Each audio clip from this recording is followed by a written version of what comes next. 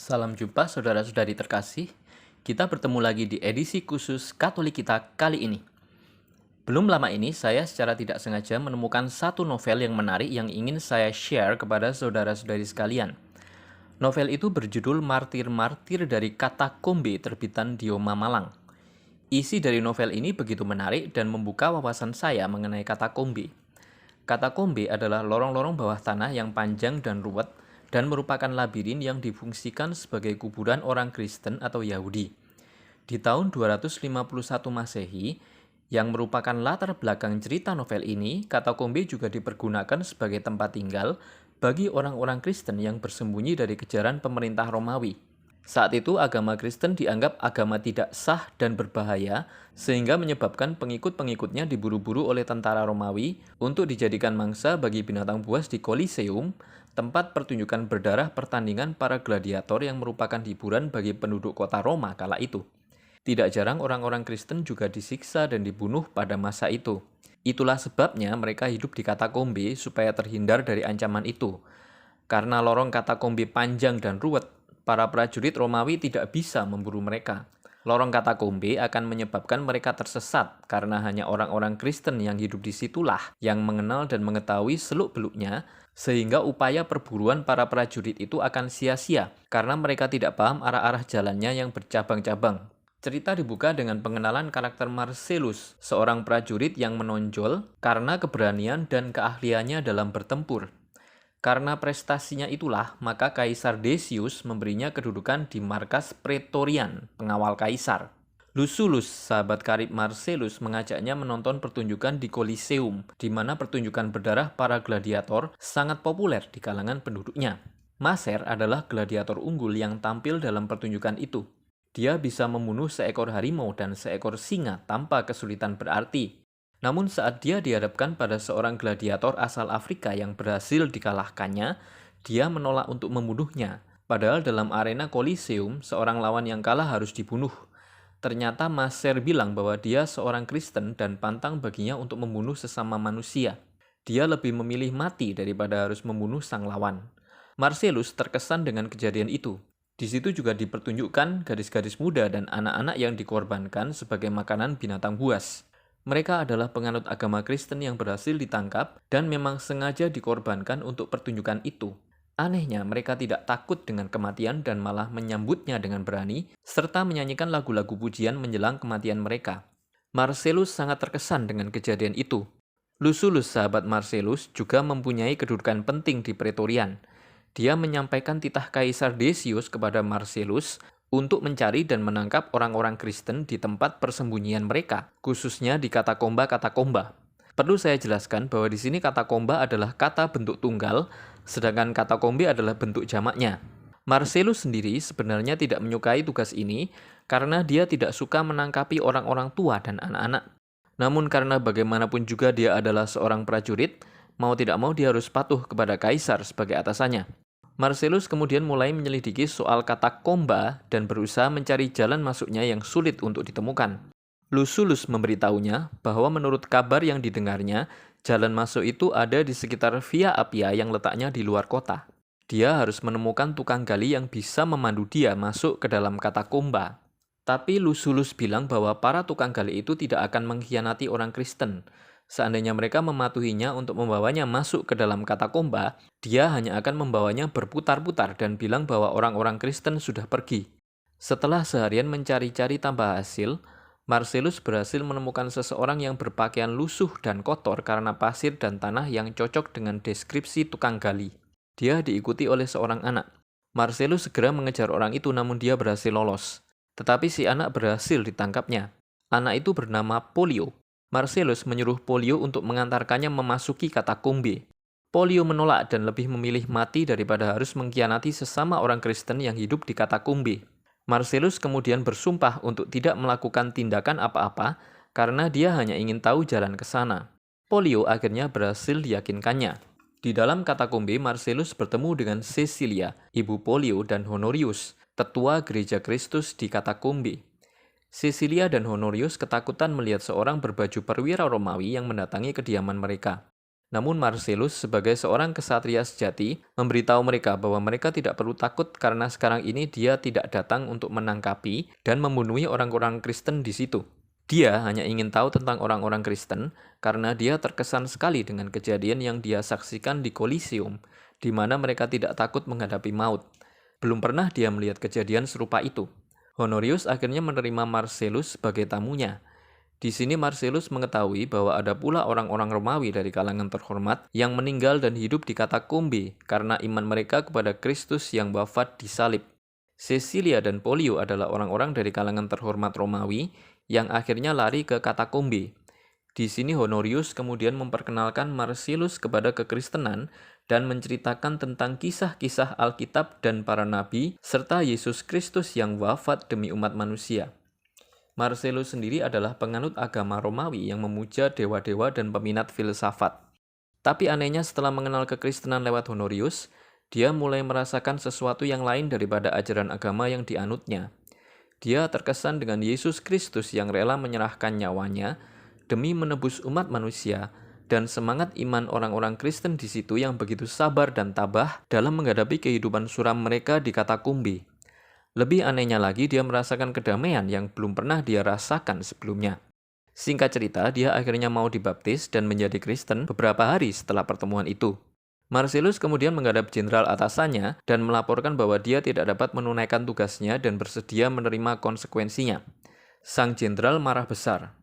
Lucullus yang heran dengan sikap sahabatnya segera meyakinkannya untuk menjalankan tugasnya sebagai seorang prajurit karena jika dia berhasil, jabatan yang bergengsi dan kekayaan sudah pasti menunggunya. Dia menganggap sahabatnya itu sudah gila karena mau menyia-nyiakan itu. Tapi Marcellus tetap teguh pada pendiriannya. Lucullus dengan terpaksa menyampaikan keputusan sang jenderal bahwa Marcellus dipecat dengan tidak hormat dan akan ditahan karena sudah menjadi Kristen. Penangkapan akan dilaksanakan keesokan harinya. Lucullus yang menyayangi sahabatnya itu memberinya kesempatan untuk melarikan diri hari itu juga. Dengan berat hati dia melepas Marcellus pergi. Marcellus akhirnya pergi ke katakomba dan mulai menjalani hidupnya di situ sebagai seorang Kristen. Imannya semakin kuat dan bertumbuh dan dia semakin merasakan kedamaian sebagai orang Kristen. Seiring berjalannya waktu, penganiayaan terhadap orang Kristen semakin menjadi-jadi. Keluar dari katakombe untuk mencari berbagai keperluan demi keberlangsungan hidup di bawah tanah menjadi semakin berisiko dan berbahaya. Marcellus adalah seorang prajurit yang berani, sehingga dia menawarkan diri untuk menjadi penghubung dengan dunia luar dalam memenuhi keperluan sehari-hari kaumnya di katakombe. Suatu ketika, Polio yang sedang mencari berita di luar tertangkap oleh pasukan Praetorian yang dipimpin Lucullus. Rupanya setelah Marcellus pergi, Luculluslah yang menggantikan kedudukannya. Mendengar itu, Marcellus pergi menemui Lucullus diam-diam dan menawarkan dirinya untuk ditukar dengan kebebasan Polio. Lucullus yang memang masih menyayangi sahabatnya itu tentu saja menolak. Dari cerita Marcelluslah, Lucullus baru tahu kalau ternyata Polio adalah keturunan dari seorang mulia dan terhormat di Roma dulunya, yaitu keluarga Servilius. Marcellus bilang bahwa Polio adalah anak satu-satunya dalam keluarga itu, dan bahwa ibunya jatuh sakit begitu mendengar kalau anaknya tertangkap. Namun Lucullus tetap menolak permintaan Marcellus. Dia tidak tega bila harus menyerahkan sahabatnya itu untuk dihukum mati. Sementara itu di dalam katakombe, Cecilia ibu Polio semakin menurun kondisinya. Kondisinya semakin menyedihkan dan akhirnya kematian menyemputnya. Saat diadili, Polio tetap tidak mau mengingkari iman Kristennya. Menganut agama Kristen berarti melanggar undang-undang negara dan hukumnya adalah kematian. Namun Polio dengan gagah berani menyatakan bahwa dia adalah orang Kristen. Polio pun akhirnya tewas di arena Kolisium menjadi mangsa harimau. Marcellus yang juga hadir di sana menyerukan pujian kepada Tuhan Yesus Kristus setelah kematian Polio. Orang-orang di Kolisium langsung menunjukkan pandangan kepadanya. Lucullus yang juga hadir di situ cepat-cepat menghampiri sahabatnya itu di tengah teriakan orang-orang untuk menangkapnya. Dia dan prajurit-prajurit Romawi segera mengamankan Marcellus. Lucullus cepat-cepat membawa Marcellus keluar dari Kolisium dan prajurit-prajurit yang mengawalnya jadi tertinggal di belakang. Dia bermaksud memberikan kesempatan kepada Marcellus untuk melarikan diri. Namun Marcellus menolak uluran tangan sahabatnya ini. Dia tidak mau nama sahabatnya ternoda karena membiarkannya lolos. Marcellus dijatuhi hukuman mati dengan dibakar hidup-hidup di Kolisium.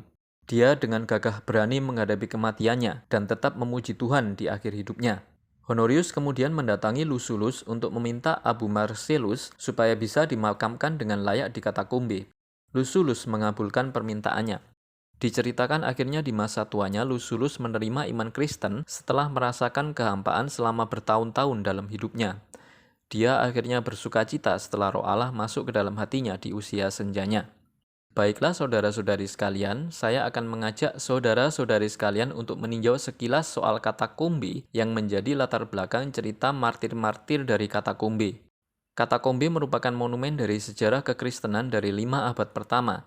Seperti yang saya singgung di awal, katakombe adalah lorong-lorong bawah tanah yang panjang dan ruwet serupa labirin dan digunakan untuk kuburan orang Yahudi atau Kristen. Di kanan kiri lorong digali semacam kamar yang disebut loculi berderet-deret. Masing-masing hanya cukup untuk membaringkan satu mayat.